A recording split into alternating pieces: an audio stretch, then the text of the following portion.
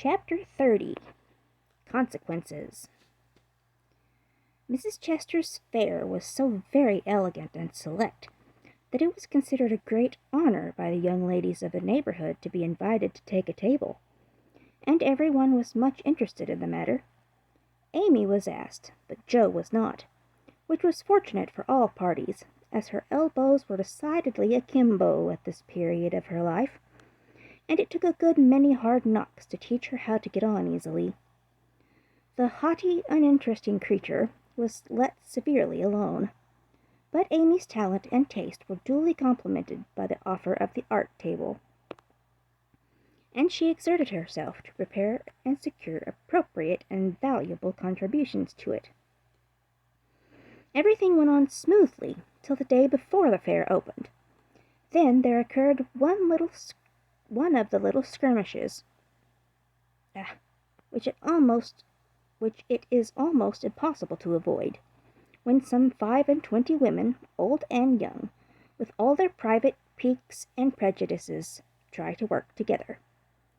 May Chester was rather jealous of Amy, because the latter was a greater favorite than herself.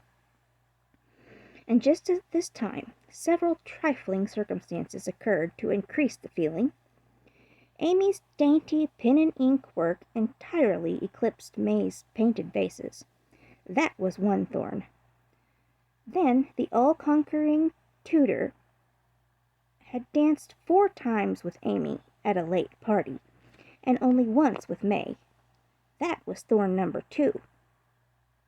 But the chief grievance that rankled in her soul, and gave her an excuse for her unfriendly conduct, was a rumor which some obliging gossip had whispered to her, that the March girls had made fun of her at the Lambs.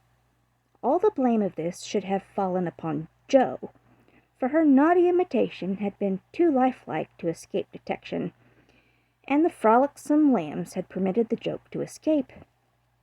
No hint of this had reached the culprits, however, and Amy's dismay can be imagined, when, the very evening before the fair, as she was putting the last touches to her pretty table, Mrs. Chester, who of course resented the supposed ridicule of her daughter, said in a bland tone, but with a cold look, "I find, dear, that there is some feeling among the young ladies about my giving this table to anyone but my girls.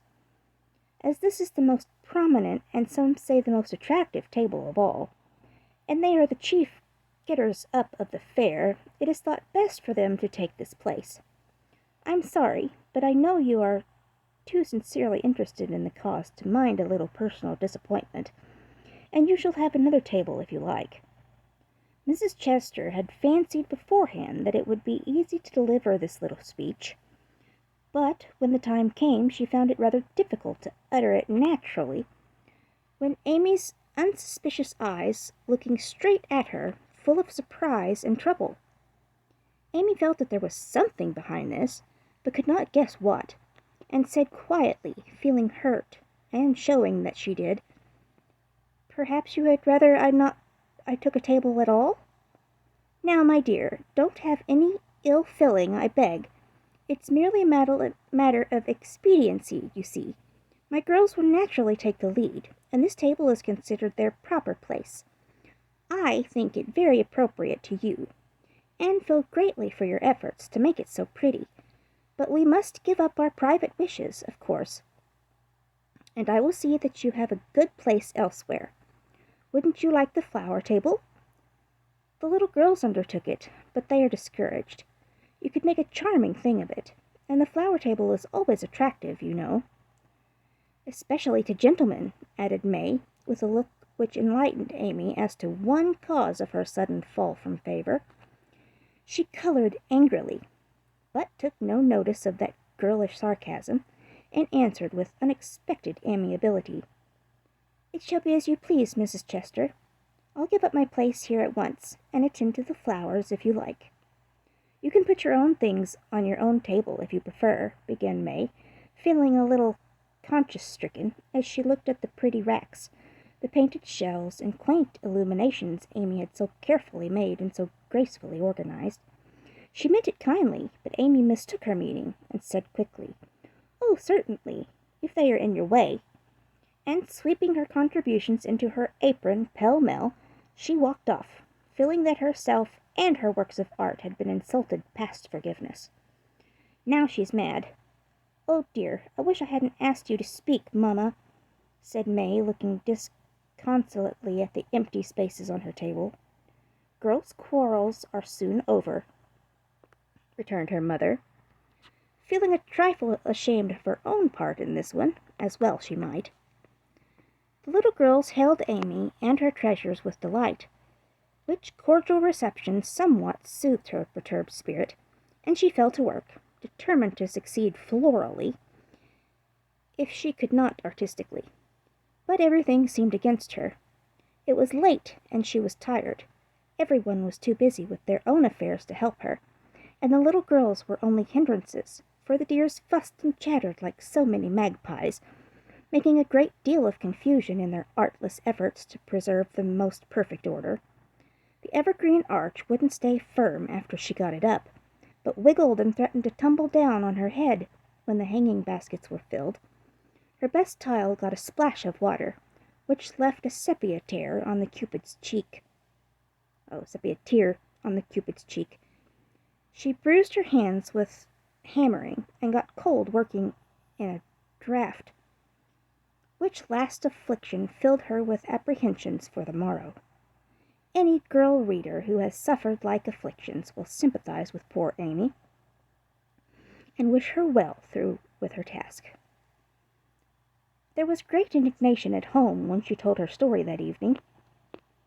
Her mother said it was a shame, but told her she had done right.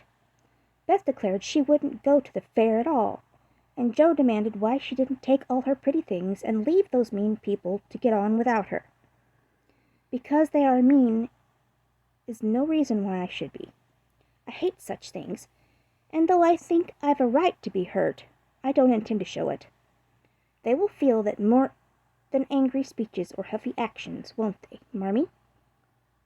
"That's the right spirit, my dear.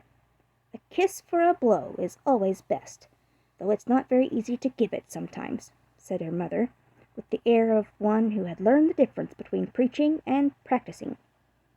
In spite of various very natural temptations to resent and retaliate, Amy adhered to her resolution all the next day, bent on conquering her enemy by kindness. She began well, thanks to a silent reminder that came to her unexpectedly, but most opportunely. As she arranged her table that morning, while the little girls were in an anteroom filling the baskets, she took up her pet production, a little book, the antique cover of which her father had found among his treasures, and in which, on leaves of vellum, she had beautifully illuminated different texts. As she turned the pages, rich and dainty devices, with very pardonable pride, her eye fell upon one verse that made her stop and think. Framed in a brilliant scroll-work of scarlet, blue, and gold, with little spirits of good-will helping one another up and down among the thorns and flowers, were the words, "Thou shalt love thy neighbor as thyself." "I ought, but I don't," thought Amy, as her eye went from the bright page to May's discontented face behind the big vases. That could not hide the vacancies her pretty work had once filled. Amy stood a minute, turning the leaves in her hand, reading on each some sweet rebuke for all heart-burnings and uncharitableness of spirit. Many wise and true sermons are preached us every day by unconscious ministers in street, school, office, or home. Even a fair table may become a pulpit, if it can offer the good and helpful words which are never out of season. Amy's conscience preached her a little sermon from that text, then and there, and she did what many of us do not always do, took the sermon to heart, and straightway put it in practice. A group of girls were standing about May's table, admiring the pretty things, and talking over the change of saleswoman. They dropped their voices, but Amy knew they were speaking of her, hearing one side of the story and judging accordingly.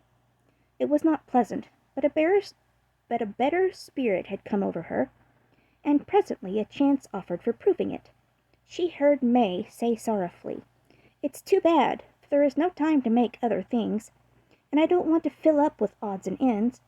The table was just complete then. Now it's spoilt." "I dare say she'd put them back if you asked her," suggested someone. "How could I after all the fuss?" began May, but she did not finish, for Amy's voice came across the hall, saying pleasantly, "You may have them, and welcome, without asking, if you want them. I was just thinking I'd offer to put them back, but they belong to your table rather than mine. Here they are. Please take them, and forgive me if I was hasty in carrying them away last night."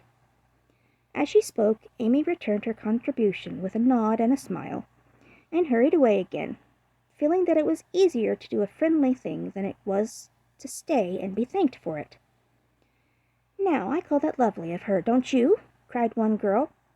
May's answer was inaudible, but another young lady, whose temper was evidently a little soured by making lemonade, added with a disagreeable laugh, "Very lovely, for she knew she wouldn't sell them at her own table." Now, that was hard. When we make little sacrifices, we like to have them appreciated, at least, and for a minute Amy was sorry she had done it, feeling that virtue was not always in its own reward. But it is, as she presently discovered, for her spirits began to rise, and her table, too, blossomed under her skillful hands. The girls were very kind, and that one little act seemed to have cleared the atmosphere amazingly. It was a very long day, and a hard one to Amy, as she sat behind her table, often quite alone, for the little girls deserted very soon. Few cared to buy flowers in summer, and her bouquets began to droop long before night. The art table was the most attractive in the room. There was a crowd about it all day long, and the tenders were constantly flying to and fro with important faces and rattling money boxes. Amy often looked wistfully across, longing to be there, where she felt at home and happy, instead of in a corner with nothing to do. It might seem no hardship to some of us, but to a pretty, blithe young girl it was not only tedious, but very trying. And the thought of being found there in the evening by her family, and Laurie and his friends, made it a real martyrdom. She did not go home till night, and then she looked so pale and quiet that they knew the day had been a hard one, though she made no complaint, and did not even tell what she had done. Her mother gave her an extra cordial cup of tea. Beth helped her dress, and made a charming little wreath for her hair, while Jo astonished her family by getting herself up with unusual care, and hinting darkly that the tables were about to be turned. "Don't do anything rude, pray, Jo. I won't have any fuss made, so let it all pass, and behave yourself," begged Amy as she departed early, hoping to find a reinforcement of flowers to refresh her poor little table. "I merely intend to make myself entrancingly agreeable to everyone I know, and to keep them in your corner as long as possible. Teddy and his boys will lend a hand, and we'll have a good time yet," returned Jo, leaning over the gate to watch for Laurie. Presently the familiar tramp was heard in the dusk, and she ran out to meet him. "Is that my boy?" "As sure as this is my girl," and Laurie tucked her hand under his arm, with the air of a man whose every wish was gratified. "Oh, Teddy, such doings!" And Jo told Amy's wrongs with sisterly zeal. "A flock of our fellows are going to drive over by and by, and I'll be hanged if I don't make them buy every flower she's got, and camp down before her table afterward," said Laurie, espousing her cause with warmth. "The flowers are not at all nice, Amy says, and the fresh ones may not arrive in time. I don't wish to be unjust or suspicious, but I shouldn't wonder if they never came at all. When people do one mean thing, they are very likely to do another," observed Jo in a disgusted tone. "Didn't Hayes give you the best out of our gardens? I told him to." "I didn't know that. He forgot, I suppose, and as your grandpa was poorly, I didn't like to worry him by asking, though I did want some. Now, Joe, how could you think there was any need of asking? There are just as much yours as mine. Don't we always go halves in everything?" began Laurie, in the tone that always made Joe turn thorny. "Gracious, I hope not. Half of some of your things wouldn't suit me at all. But we mustn't stand philandering here. I've got to help Amy, so you go and make yourself splendid. And you'll be so very kind as to let Hayes take a few nice flowers up to the hall. I'll bless you forever." "Couldn't you do it now?" asked Laurie, so suggestively that Joe shut the gate in his face with inhospitable haste and called through the bars, "Go away, Teddy, I'm busy." Thanks to the conspirators, the tables were turned that night, for Hayes set up a wilderness of flowers, with a lovely basket, arranged in his best manner, for a centerpiece. Then the March family turned out en masse, and Jo exerted herself to some purpose, for people not only came, but stayed, laughing at her nonsense, admiring Amy's taste, and apparently enjoying themselves very much. Laurie and his friends gallantly threw themselves into the breach, bought up the bouquets, and camped before the table, and made that corner the liveliest spot in the room. Amy was in her element now, and out of gratitude, if nothing more, was sprightly and gracious as possible, coming to the conclusion about that time that virtue was its own reward, after all. Jo behaved herself with exemplary propriety, and when Amy was happily surrounded by her guard of honor, Jo circulated about the hall, picking up various bits of gossip which enlightened her upon the subject of the Chester change of base. She reproached herself for her share of the ill-feeling, and resolved to exonerate Amy as soon as possible. She also discovered what Amy had done about the things in the morning, and considered her a model of magnanimity. As she passed the art table, she glanced over it for her sister's things, but saw no signs of them.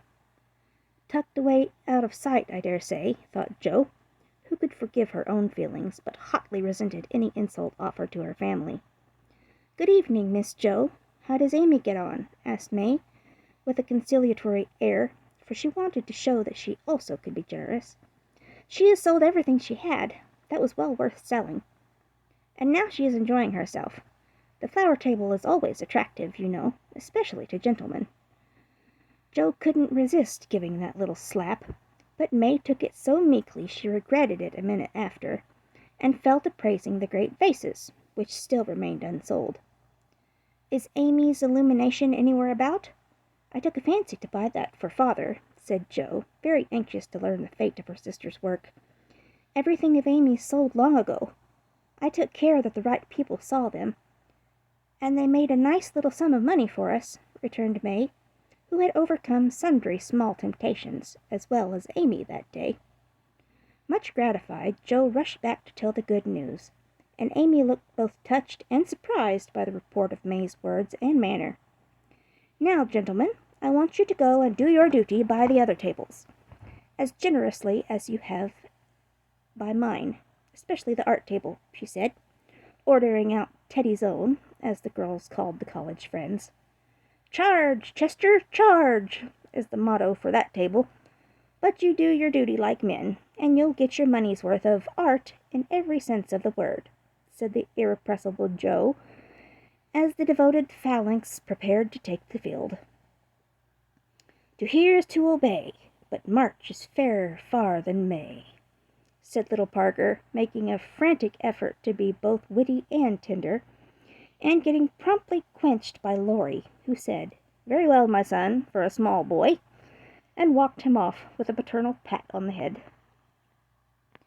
"By the vases," whispered Amy to Laurie, as a final heaping of coals of fire on her enemy's head.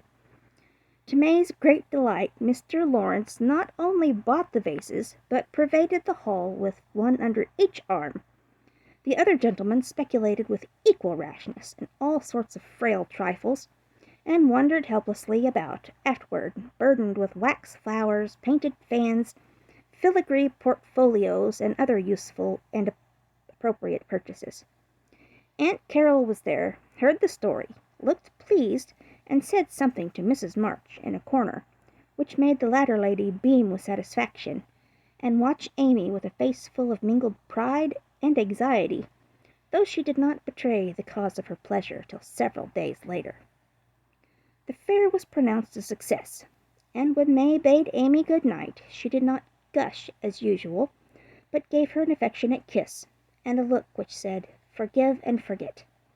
That satisfied Amy, and when she got home she found the vases paraded on the parlor chimney-piece, with a great bouquet in each. The reward of merit for a magnanimous march, as Laurie announced with a flourish. "You've a deal more principle and generosity and nobleness of your character than I ever gave you credit for, Amy.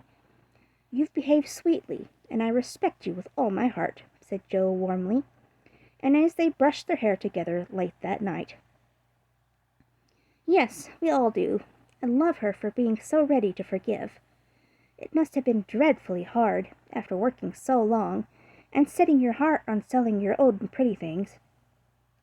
I don't believe I could have done it as kindly as you did," added Beth from her pillow.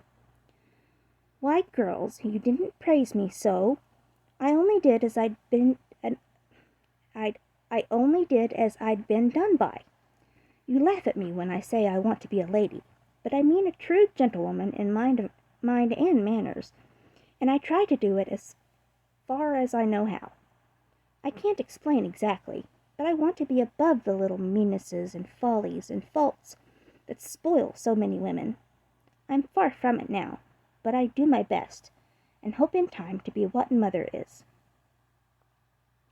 Amy spoke earnestly, and Jo said, with a cordial hug, "I understand now what you mean, and I'll never laugh at you again.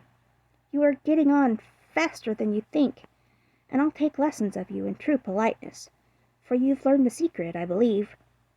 Try away, dearie. You'll get your reward some day, and no one will be more delighted than I shall." A week later Amy did get her reward, and poor Jo found it hard to be delighted. A letter came from Aunt Carroll, and Mrs. March's face was illuminated to such a degree when she read it that Jo and Beth, who were with her, demanded what the glad tidings were. "Aunt Carroll is going abroad next month, and wants me to go with her," burst in Jo, flying out of her chair in an uncontrollable rapture. "No, dear, not you. It's Amy." "Oh, Mother, she's too young." "It's my turn first. I've wanted it so long. It would do me so much good, and be so altogether splendid. I must go." "I'm afraid it's impossible, Jo.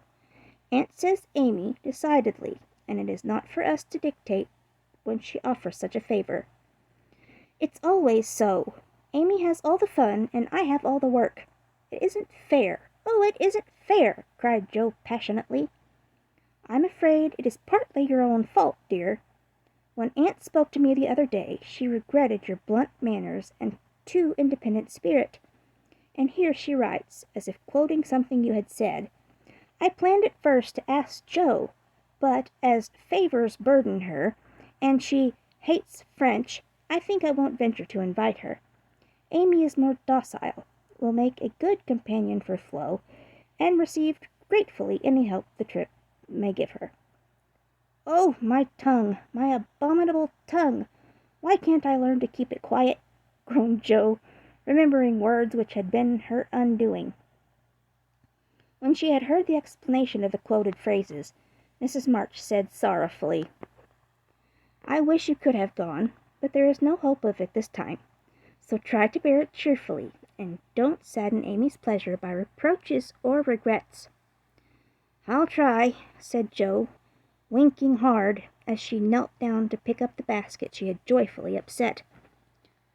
"I'll take a leaf out of her book, and try not only to seem glad, but to be so, and not grudge her 1 minute of happiness. But it won't be easy, for it is a dreadful disappointment."